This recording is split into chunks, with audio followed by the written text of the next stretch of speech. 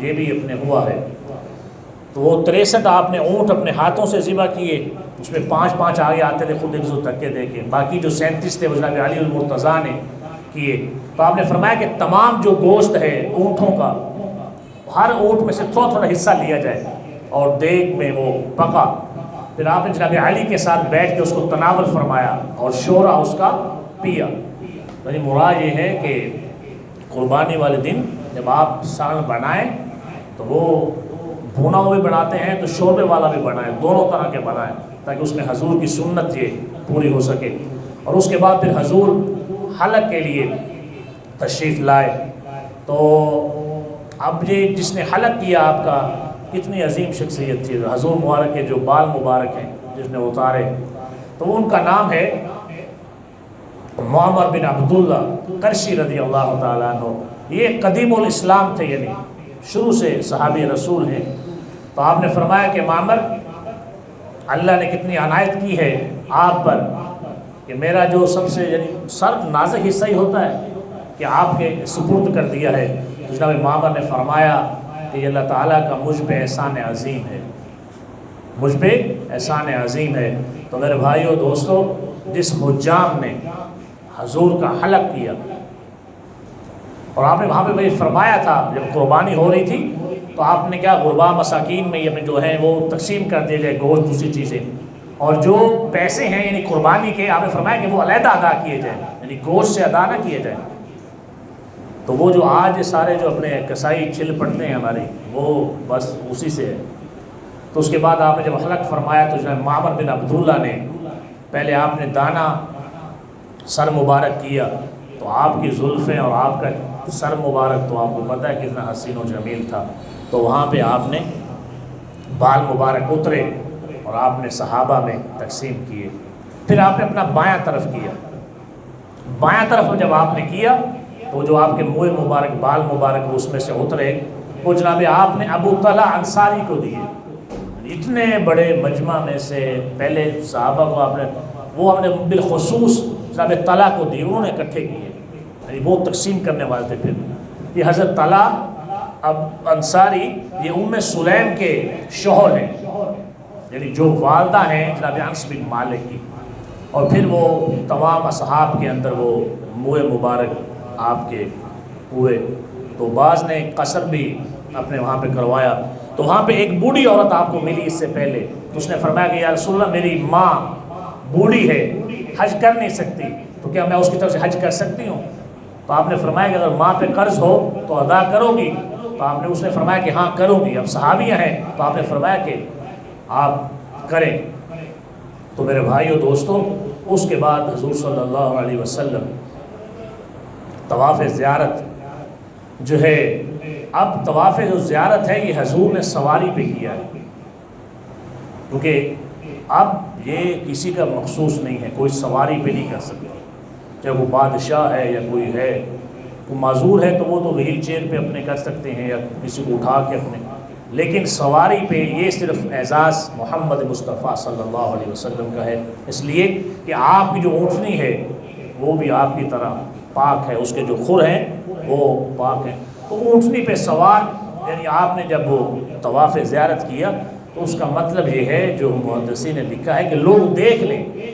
ظاہر آپ نے فرمایا کہ حج کی جو مناسک ہیں مجھ سے سیکھ لیں، تو بندہ سواری پہ اونچی جگہ پہ ہوتا ہے تو وہ آپ نے فرمایا۔ اس کے بعد جب آپ یعنی آب زمزم پہ آئے ہیں تو آب زمزم کی جو سقائیت ہے، یعنی جو پانی پلانا ہے، وہ جناب عباس رضی اللہ تعالیٰ عنہ کی اولاد کے ذمے ہے، ان کی اپنی یہ لیے وہ ڈیوٹی تھی اور ان کا یہ تھا۔ تو آپ نے فرمایا کہ میرا دل ہے کہ میں خود اتروں اور میں پانی کا ڈول اپنے وہ بھروں، لیکن پھر یعنی آپ کو پتا تھا کہ بعد میں جتنے لوگ آئیں گے وہ سنت کو تو ادا کریں گے، تو اس میں آپ نے فرمایا کہ بزرگی میں جو اللہ نے کو اعزاز دیا ہے وہ اس لیے آپ نے پھر اپنے ہاتھ سے ڈول نہیں نکالا۔ اگر آپ اپنے ہاتھ سے ڈول نکال لیتے تو پھر تو وہ ظاہر ہے جو بھی حاجی جاتا تو وہ تو وہاں پہ اپنے پھر ڈول اپنے ہاتھ سے نکالتا، کوشش تو کرتا نا، یہ حضور کی سنت ہے۔ تو حضور نے فرمایا کہ یہ اعزاز اور یہ رتبہ جناب عباس کی اولاد کو ہے سقائق پانی پلانا، تو وہ ان کے اپنے تھا۔ تو میرے بھائیوں دوستوں، اس کے بعد حضور صلی اللہ علیہ وسلم مسجد خیف میں تشریف لائے۔ مسجد خیف وہ مینا میں ہے۔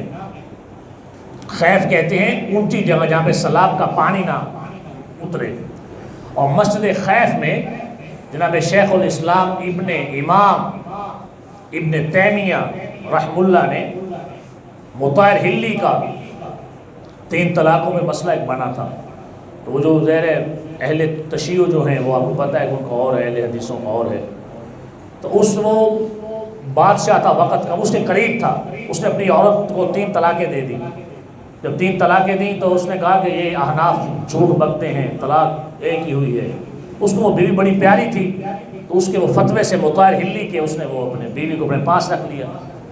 تو جناب شیخ الاسلام وہ مکہ حج کے لیے آئے ہوئے تھے، مسجد خیف میں جب آپ تشریف جلوہ افروز ہو رہے تھے تو لوگوں نے کہا کہ یہ ہے اس طرح، اور اس نے پھر امام ابو حنیفہ کے خلاف بکواس بھی کی تھی۔ تو آپ نے کہا کہ مطہر حلی کو بلاؤ، اس سے مناظرہ ہوگا۔ پھر آپ نے ایک کتاب بھی لکھی تھی، وہ یعنی 3 طلاقوں کے معاملے میں نا جو احناف کا موقف ہے۔ تو مطہر حلی آ گیا، تو مناظرہ شروع کرنے سے پہلے مسجد خیف میں آپ نے فرمایا کہ پہلے میں تمہیں مناقب بیان کرتا ہوں امام اعظم کے۔ مناظرہ تو بعد کی بات ہے نا، بعد میں کرتے مناظرہ۔ آپ نے لوگوں کا ہجوم تھا، آپ نے مناقب بیان کیے امام اعظم کے۔ جب مناقب بیان کیے مطہر حلی مر گیا، مسجد خیف کے اندر روح نکل گئی۔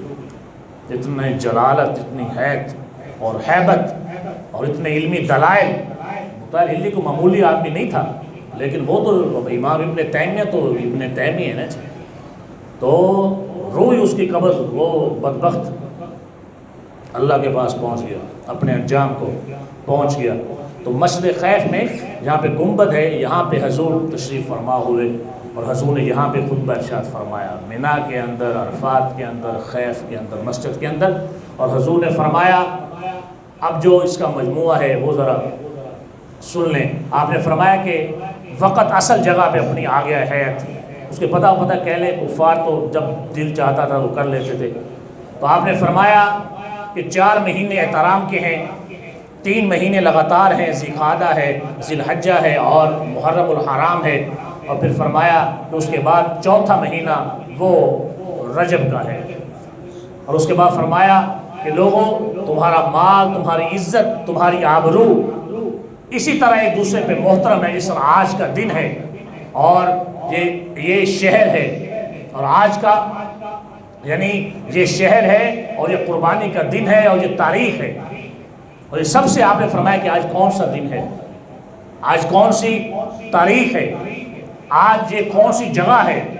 تو صحابہ وہ عموماً حضور کا اس طرح جواب نہیں دیتے تھے، خاموش رہتے تھے، کہتے واللہ و رسول عالم فرماتے تھے، لیکن وہ یہاں پہ چاہ رہے تھے کہ حضور سننا چاہتے ہیں۔ تو انہوں نے فرمایا کہ یہ قربانی کا دن ہے، یہ 9 ذی الحج ہے، اور یہ مکہ المکرمہ ہے۔ تو آپ نے فرمایا کہ جس طرح 9 ذی الحج کا دن محترم ہے، یہ 10 ذی الحج کا قربانی کا دن احترام والا ہے، اور یہ جگہ احترام والی ہے، اور یہ شہر احترام والا ہے، اسی طرح ایک مسلمان کی جان